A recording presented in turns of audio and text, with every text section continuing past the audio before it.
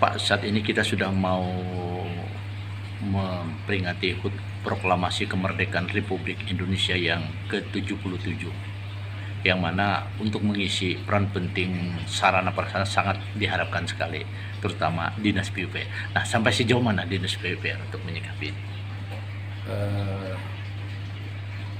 Jadi yang pertama, untuk Dinas PUPR ini kita sudah menyiapkan infrastruktur, terutama untuk pembangunan jalan, kemudian jembatan juga, kemudian juga kegiatan-kegiatan di bidang cipta karya juga kita sudah siapkan sampai sekarang, termasuk sanitasi, kemudian air limbah, kemudian air minum, air bersih, kemudian juga terkait dengan masalah persampahan juga TPS 3R. Nah, itu juga kita sudah siapkan.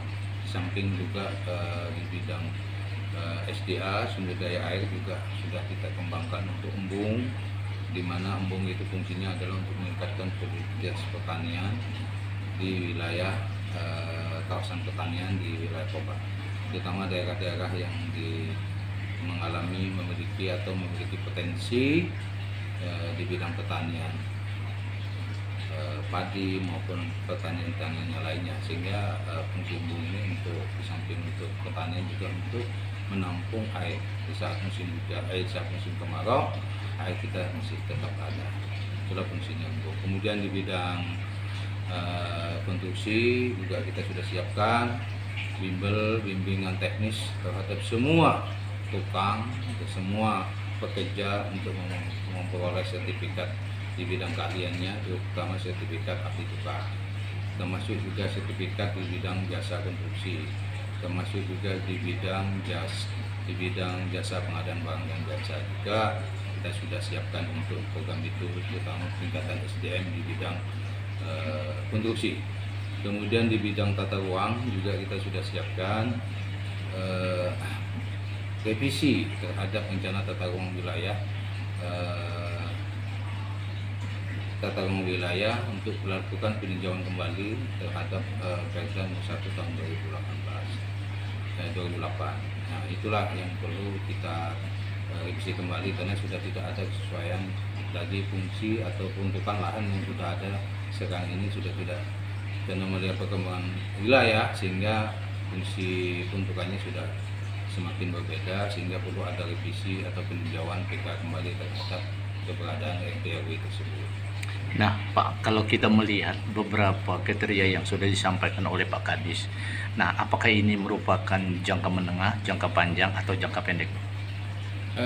Untuk jangka panjang itu memang kita harus programkan, terutama untuk kegiatan yang sifatnya besar, terutama pembangunan jembatan kayak tipe KPSD itu kita programkan untuk jangka panjang, karena nilai bangunan atau nilai bangunannya juga cukup besar, nilai proyek juga cukup besar, sehingga itu perlu ada dana khusus baik dari pemerintah provinsi maupun pemerintah pusat, sehingga itu program jangka panjang.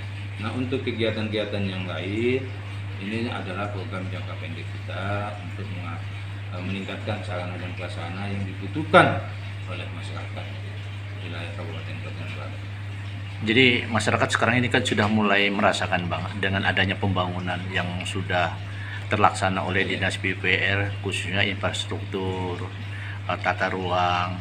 Namun harapan kedepannya bagaimana sebagai Kadin Dinas PU Kabupaten Kota Barat? Harapan kami masyarakat di samping menikmati hasil pembangunan tersebut juga ikut memelihara dan menjaga, terutama infrastruktur atau sarana dan prasarana yang telah dibangun oleh pemerintah daerah melalui Dinas Pekerjaan Umum, sehingga perlu ada kerjasama, perlu ada pemeliharaan, ikut menjaga terhadap bangunan-bangunan yang sudah kita buat, terutama untuk bangunan gedung, bangunan untuk aula Antakusuma, kemudian bangunan sport center. Nah, itu kita jaga sama-sama, karena itu adalah ikon daerah, sehingga perlu ada kerjasama dari masyarakat juga untuk memelihara dan menjaga supaya bisa difungsionalkan, dan sekarang sudah difungsionalkan, dan supaya bisa dimanfaatkan semaksimal mungkin oleh masyarakat. Oke, terima kasih.